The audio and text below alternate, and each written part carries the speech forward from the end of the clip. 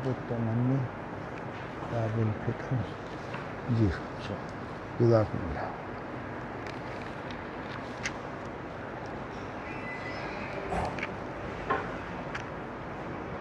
کتاب الاقراء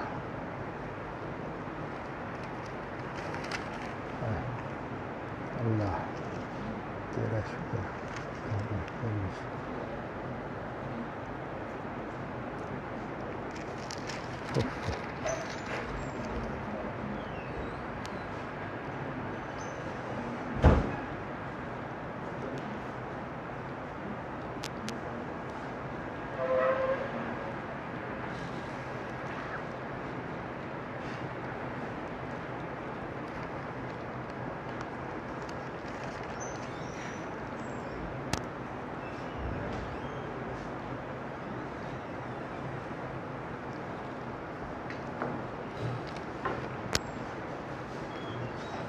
بسم اللہ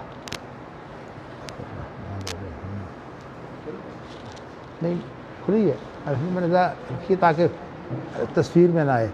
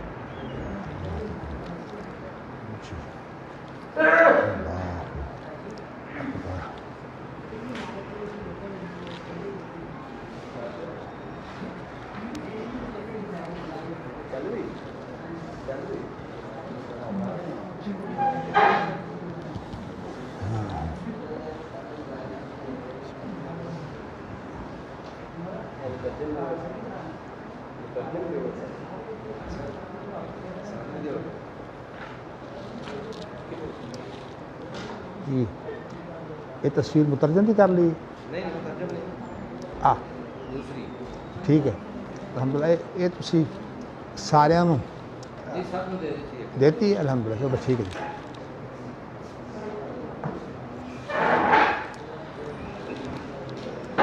اپنی کڑی دا میرے کو رکھ دیو میں بھول گیا ماں لیانی اچھا چلو ٹھیک ہے یہ نظر نہیں آتا چلو الحمدللہ چلو جی الحمدللہ میں لا ہی لانا ہے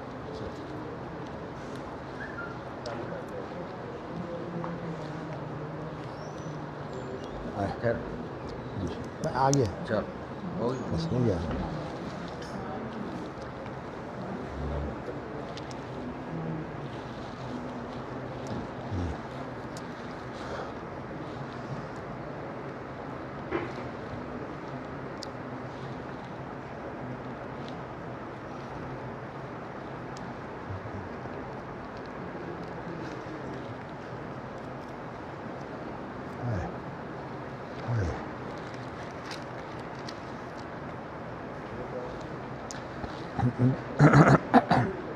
بسم اللہ الرحمن الرحیم باب یمین الرجل لصاحبہ انہ اخوہ اذا خاف علیہ القتل او نحوہ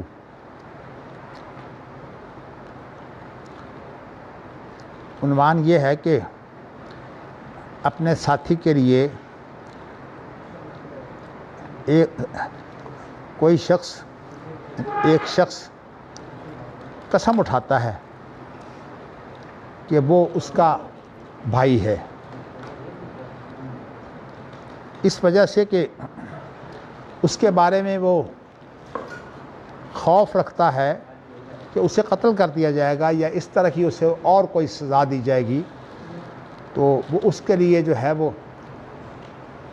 مظلوم کو بچانے کے لیے جو ہے وہ قسم کھا کر جو ہے وہ کہے کہ صورتحال ایسی ہے.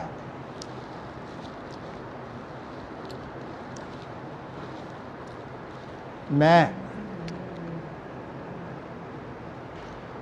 ہمارے ہاں ایک شخصیت تربیت کے اعتبار سے بہت معروف رہی ہے، شیخ سعدی. یہ فارسی تھے، ایران کے تھے. انہوں نے فارسی میں کتابیں نصیحت آموز لکھی ہیں، گلستان، بوستان وغیرہ. انہوں نے ایک واقعہ پیش کیا ہے کہ ایک وزیر بادشاہ کے بہت قریب تھا اور دوسرا وزیر جو ہے وہ اتنا قریب نہیں تھا. ایک شخص کو جو ہے وہ بادشاہ نے پھانسی کی سزا دے دی. وہ شخص یہ سزا سن کر جو ہے بادشاہ کو برا بھلا کہنے لگا. یعنی آپ یوں سمجھیے کہ بادشاہ کو اس نے گالیاں نکالنی شروع کر دیں کہ اب میرے لیے پھانسی کا حکم تو ہو چکا ہے، میں اپنے دل کی بڑھاس تو نکال لوں. بادشاہ نے اس وزیر سے پوچھا جو بادشاہ کے ساتھ زیادہ قریب تھا کہ یہ کیا کہہ رہا ہے، میں تو اس کی زبان نہیں سمجھتا. اس نے کہا جی یہ آپ کو گالیاں نکال رہا ہے. تو جو دوسرا وزیر تھا اس نے کہا نہیں بادشاہ سلامت، یہ تو اصل میں آپ کی تعریف کر رہا ہے. اس وزیر نے کہا جی بادشاہ سلامت یہ جھوٹا ہے، یہ جھوٹ بول رہا ہے. بادشاہ سمجھدار تھا، اس نے کہا کہ اصل بات یہ ہے کہ تیرا سچ جو ہے اس کے مقابلے میں اس کا جھوٹ اچھا ہے، اس لیے کہ یہ تو کسی جان کو بچانے کے لیے جھوٹ بول رہا ہے، اور تو جو ہے وہ اگرچہ سچ بول رہا ہے لیکن اس وقت تیرا سچ جو ہے وہ فائدے مند نہیں، نقصان دہ ہے. یعنی بادشاہ کو یہ بات سمجھ آئی کہ اس نے تو جو اپنی بات کرنی تھی وہ کر رہا ہے، یہ جو شخص ہے جس نے جھوٹ بولا ہے یہ بہتر ہے کیونکہ اس نے اس کی جان بچانے کے لیے جھوٹ بولا ہے. میں نے یہ واقعہ شیخ سعدی کا آپ کو اس لیے سنایا ہے کہ اب یہ بات بالکل ایسا ہی ہے جیسے کہ کوئی شخص اپنے ساتھی کے لیے قسم کھائے اور کہے کہ وہ اس کا بھائی ہے. بھائی نہ ہو، اس لیے کہ ساتھی جو ہے وہ مرد بھی ہو سکتا ہے، عورت بھی ہو سکتی ہے. تو لیکن وہ قسم کھا کر یہ کہے کہ وہ اس کا بھائی ہے، یعنی اس کو اپنی ماں جایا بھائی قرار دے. اسے یہ خوف ہو، یہ اندیشہ ہو کہ اسے قتل کر دیا جائے گا، یہ اس طرح کی اسے اور کوئی تکلیف دی جائے گی. امام بخاری نے یہ باب باندھ کر اس کے بعد اپنا موقف پیش کیا ہے. وَكَذَلِكَ كُلُّ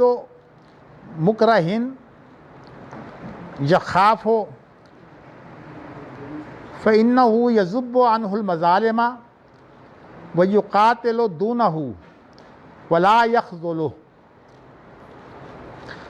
فَإِنْ قَاتَلَ دُونَ الْمَظْلُومِ فَلَا قَوَدَ عَلَيْهِ وَلَا قِصَاصَ وَإِنْ قِيلَ لَهُ لَتَشْرَبَنَّ الْخَمْرَ أَوْ لَتَأْكُلَنَّ الْمَيْتَةَ أَوْ لَتَبِيعَنَّ عَبْدَكَ أَوْ لِتُقِرَّ بِدَيْنٍ أَوْ تَهَبُ هِبَةً أَوْ تَحُلُّ عُقْدَةً أَوْ لَنَقْتُلَنَّ أَبَاكَ أَوْ أَخَاكَ فِي الْإِسْلَامِ وَمَا أَشْبَهَ ذَلِكَ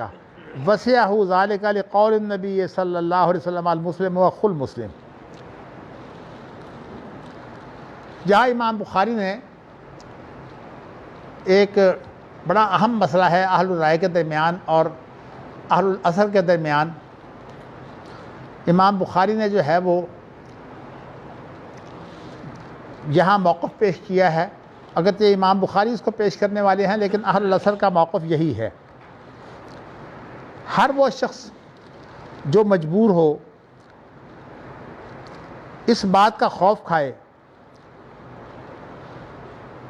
کہ کوئی ایسا نقصان کسی کو پہنچا دیا جائے گا تو اس سے وہ جو ہے وہ ظلم دور کر سکتا ہے، ہٹا سکتا ہے۔ ذبح یذبو کا معنی ہٹانے کے ہوتے ہیں۔ وَيُقَاتِلُ دُونَهُ، اور اس کے بچانے کے لیے اس کے قریب ہو کر اس سے لڑائی بھی کر سکتا ہے، یعنی اگر اس کی جان نہ بچتی ہو لڑائی کے بغیر تو وَلَا تَخْذُلُهُ، وہ اس کو ایسا نہیں کر سکتا کہ اس کی مدد چھوڑ دے۔ اس لیے کہ نبی اکرم صلی اللہ علیہ وسلم کا ارشاد ہے، وہ بعد میں آتا ہے، تو وہ یہ ہے کہ المسلم اخو المسلم، مسلمان کا بھائی ہوتا ہے، نہ تو وہ اسے خود تکلیف دیتا ہے اور نہ اسے کسی کے سپرد کرتا ہے کہ اسے تکلیف دے۔ تو یہ جو ہے یہ ایک حدیث ہے جو بعد میں امام بخاری جو ہے اس کی طرف اشارہ کر رہے ہیں۔ تو کہنے کا مقصد یہ ہے کہ ایک آدمی کو کسی مسلمان کی جان بچانے کے لیے جو ہے وہ ایسے غلط کام بھی کرنے پڑیں تو وہ ایسے غلط کام کر دے، جیسے کہ اس کے بعد اس کا ذکر آتا ہے، امام بخاری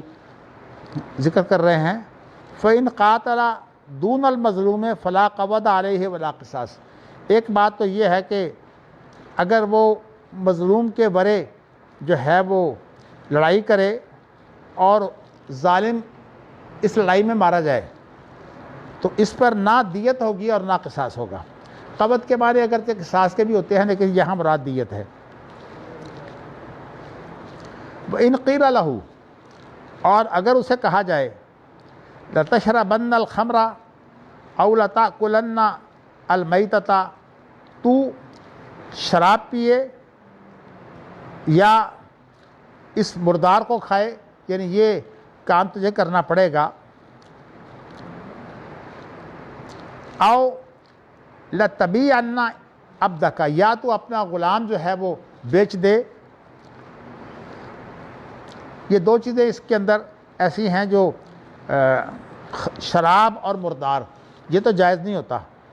لیکن لَتَبِيعَنَّ عَبْدَكَ یہ اگر اکراہ نہ ہو تو غلام تو وہ بیچ سکتا ہے۔ او لا تقر بدین، یا تو کسی بہت بڑے قرض کا جو ہے وہ اقرار کر لے۔ او تہابہ ہبتن، یا یوں ہے کہ کوئی کسی ہبے کے کوئی ہبہ تو کر دے، اس کو بجا لائے۔ او تحل عقدتن، یا کسی قسم کا کوئی عہد پیمان ہے تو اس کو کھول دے، ختم کر دے۔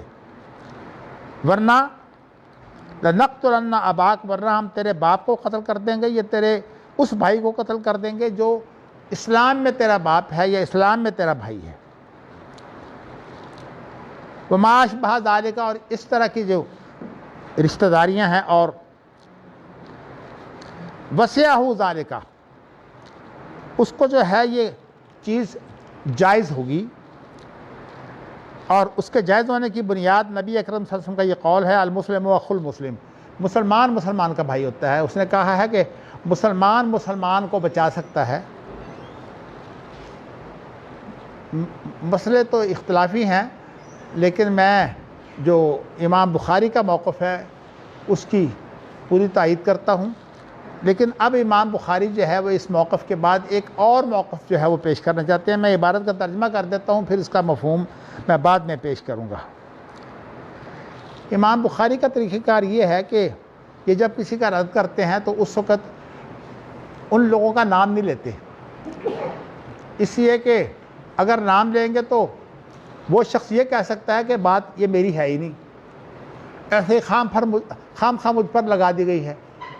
اور یا صورتحال یہ ہے کہ وہ کہے گا کہ میری خام خواہ بدنامی کی ہے۔ تو اس لیے عام طور پر امام بخاری جب کسی کا رد کرتے ہیں تو نام نہیں لیتے۔ بعض لوگوں کی رائے ہے، ان کا مقصد یہ ہے کہ میں اپنی بات کہنا چاہتا ہوں، اور جس شخص کی یہ بات ہے میں اس لیے ذکر کرنا چاہتا ہوں کہ اگر آپ کے سامنے یہ بات آئے تو آپ کو پتہ ہو کہ یہ بات غلط ہے۔ یہ کام جو ہے یہ اصل میں احقاق حق ہے کہ حق کو ظاہر کرنا اور ابطال باطل ہے، باطل کو جو ہے وہ باطل کرنا۔ تو امام بخاری کا انداز یہ ہے، اور یہ بڑا اچھا انداز ہے، اس لیے کہ کسی پر مثال کے طور پر آج کوئی شخص کہہ دیتا ہے کہ جی فقہ حنفی میں یہ ہے۔ بات یہ ہے کہ امام بخاری جو ہیں وہ جس دور میں تھے اس وقت ابھی فقہ حنفی تیاری نہیں ہوئی تھی۔ فقہ حنفی جو ہے وہ تیار ہوتی ہے، سب سے پہلے جساس نے فقہ حنفی اور اصول فقہ پر جو ہے وہ کتاب لکھی ہے، اور اس کی وفات ہے 370، اور امام بخاری کی وفات ہے 256، یعنی آپ یہ سمجھ لیجیے کہ 125 سال امام بخاری پہلے فوت ہو چکے ہیں۔ لیکن اگر یہ قول کسی کا ہے، مشہور یہ ہے کہ امام ابو حنیفہ کا قول ہے۔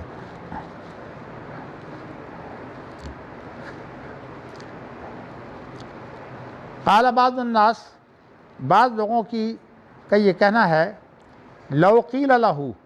اگر اسے یہ کہا جائے کہ تو شراب پیے گا یا مردار کھائے گا۔ آپ کو یہ علم ہے کہ شراب اور مردار جو ہیں یہ ناجائز ہیں، لیکن جو شخص مضطر ہو اس کے لیے جائز ہیں۔ او لنقتلن ابنک، اگر تو نہیں پیے گا، مردار نہیں کھائے گا، تو ہم تیرے بیٹے کو قتل کر دیں گے، یا تیرے باپ کو قتل کر دیں گے، یا تیرے محرم رشتہ دار کو قتل کر دیں گے۔ امام ابو حنیفہ نے ذا رحم محرم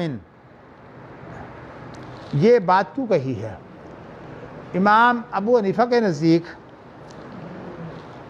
باپ اور بھائی اگر محتاج ہوں تو بیٹے اور باپ کے اوپر یہ ذمہ داری ہے، بیٹے اور بھائی کے اوپر یہ ذمہ داری ہے کہ وہ ان کی کفالت کرے۔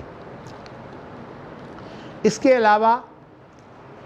امام ابو حنیفہ یہ کہتے ہیں کہ جو محرم رشتہ دار ہیں ان کی کفارت بھی کسی پر واجب ہے، یعنی اس میں باپ اور بھائی کے علاوہ دیگر لوگ آ گئے، تو کہتے ہیں کہ ان کی کفارت بھی کسی پر واجب ہے۔ اور ان کی دلیل کیا ہے؟ ان کی دلیل یہ حدیث ہے کہ من ملک ذا رحم عتق علیہ،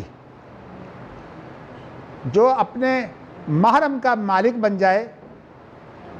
تو اس پر یہ واجب ہوگا کہ وہ اس کو آزاد کر دے، بلکہ کہا کہ وہ خود بخود آزاد ہو جائے گا۔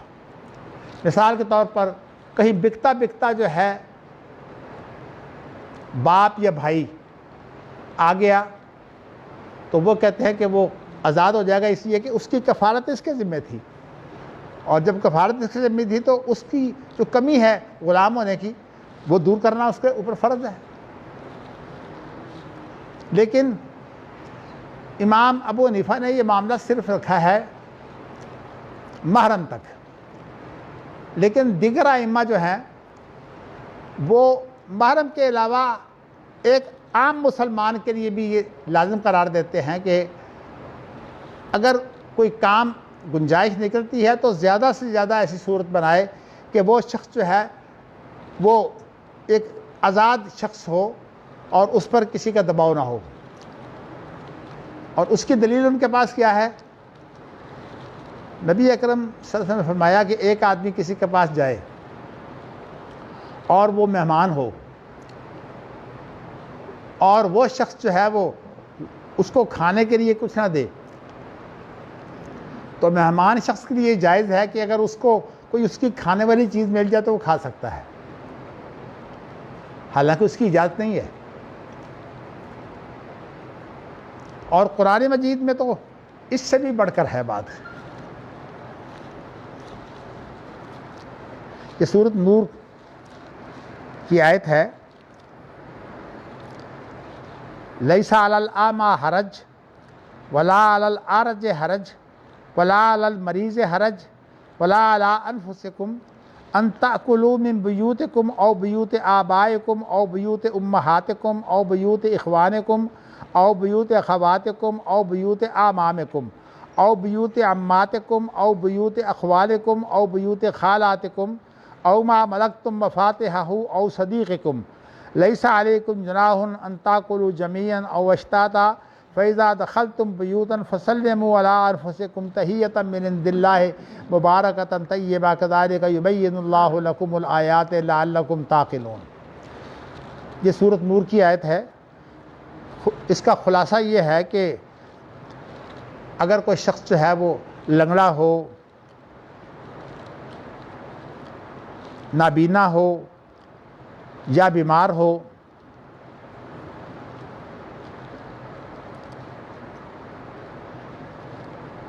تمہارے لیے یہ جائز نہیں ہے کہ اس کو تم روکو۔ ایک تو اس کی کفارت کرنی جو ہے وہ ہمارے اوپر ضروری ہے، اور دوسری بات یہ ہے کہ اس کے لیے جائز ہے کہ چھوٹی موٹی چیز جو انسان عام طور پر محفوظ نہیں رکھتا،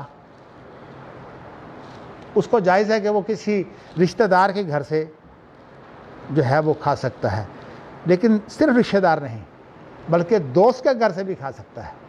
جہاں پتہ ہو کہ دوست برا نہیں منائے گا۔ تو اس کا ولا علی انفسکم، اور اگر یہ تمہاری اپنی جانوں کا معاملہ ہو تو اس کے لیے بھی گنجائش ہے کہ تم جو ہے وہ ان کے گھر سے کھاؤ، او بیوت آبائکم، یا ان کے باپوں کے گھر سے کھاؤ، یا ان کی ماؤں کے گھر سے کھاؤ، یا ان کے بھائیوں کے گھر سے کھاؤ، یا ان کی بہنوں کے گھر سے کھاؤ، یا ان کے چچاؤں کے گھر سے کھاؤ، یا ان کی پھپھیوں کے گھر سے کھاؤ، یا ان کے ماموں کے گھر سے کھاؤ، یا ان کی خالاؤں کے گھر سے کھاؤ، یا لونڈی غلام جو ہیں ان کے گھر سے کھاؤ،